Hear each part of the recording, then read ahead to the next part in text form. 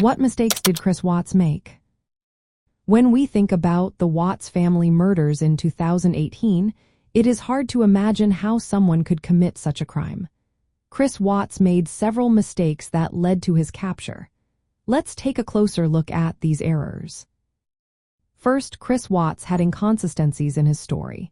He initially claimed that his wife, Shanann, killed their daughters after he confessed to having an affair.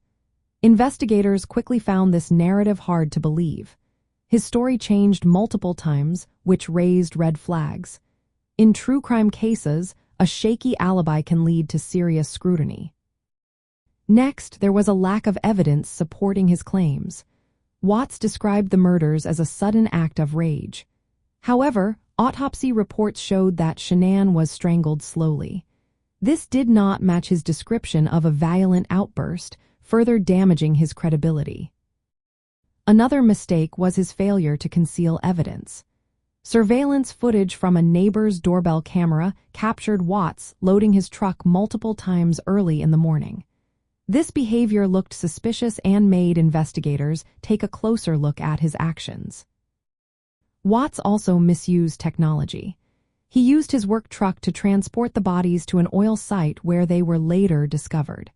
The GPS data from his truck played a key role in tracking his movements.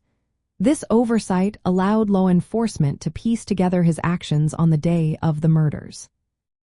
Additionally, Watts underestimated the suspicion from those around him. His mistress and Shanann's mother noticed strange behaviors. They reported these oddities, which only increased the focus on him as a suspect. In many true crime cases, the observations of family and friends can be crucial in identifying wrongdoing. Finally, Watts lacked a solid alibi.